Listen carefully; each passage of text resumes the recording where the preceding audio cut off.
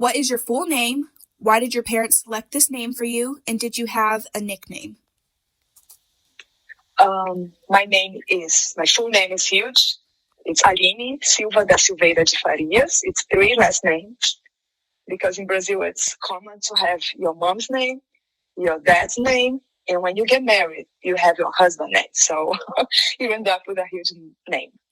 My parents select this name for me, Aline, because French song that they like it. It's a very common name in Brazil. Oh, okay. Yeah, and I did have a nickname that it means nothing, but my dad calls me Jigo. That has no meaning. It's just a fun name he calls me. When and where were you born? I was born March 8th, 1979, in Brazil. How is the world today different from what it was like when you were a child? I feel like the children today, they don't have as much freedom as we did. I don't know. I think the word is more dangerous now. Like, I don't know if it's because of social media. We have more access to things. We know more bad things happening. But I feel like this world today, it's maybe more dangerous for kids than it was before. I don't know. What was your proudest moment as a parent?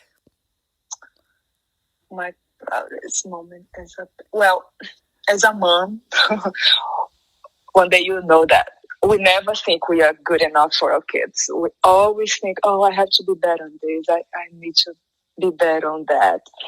But for me, I think when Julia was born, I quit my job and spent 2 years with her at home.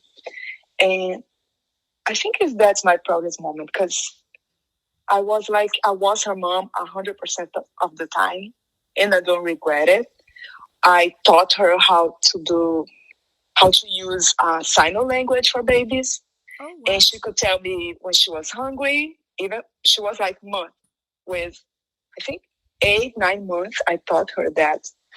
And without speaking, she communicated if she want to take a shower, if she want to eat. I have some funny videos of her. So I think I was proud of the mom I was back then. Of all the things you have learned from your parents, which do you feel was the most valuable? The most valuable, for sure, was they taught us how to have faith in God.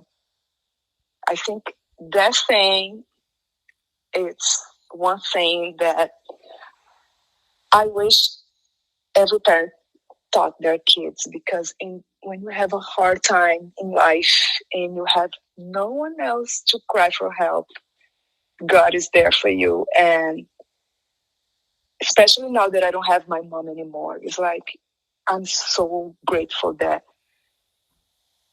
I have God in my life and He can help me in my hard moments. So, and I don't say this just as a Christian. If you have another belief, I think parents need to teach kids believe in something.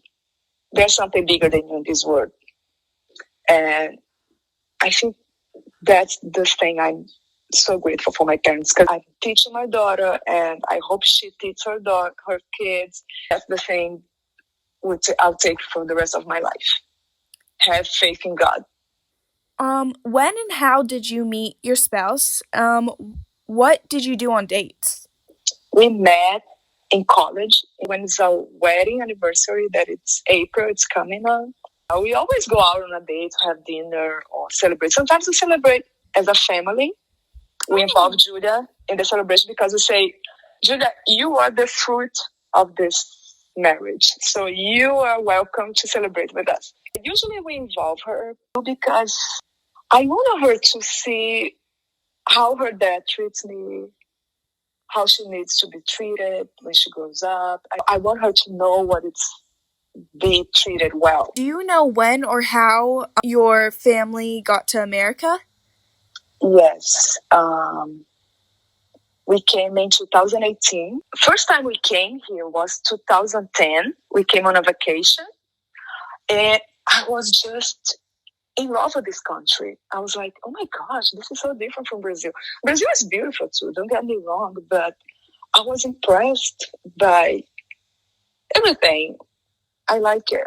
And I say, okay, Luis, I want to move here one day.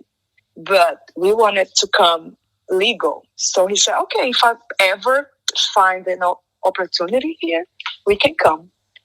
And it took us 8 years to reach this dream.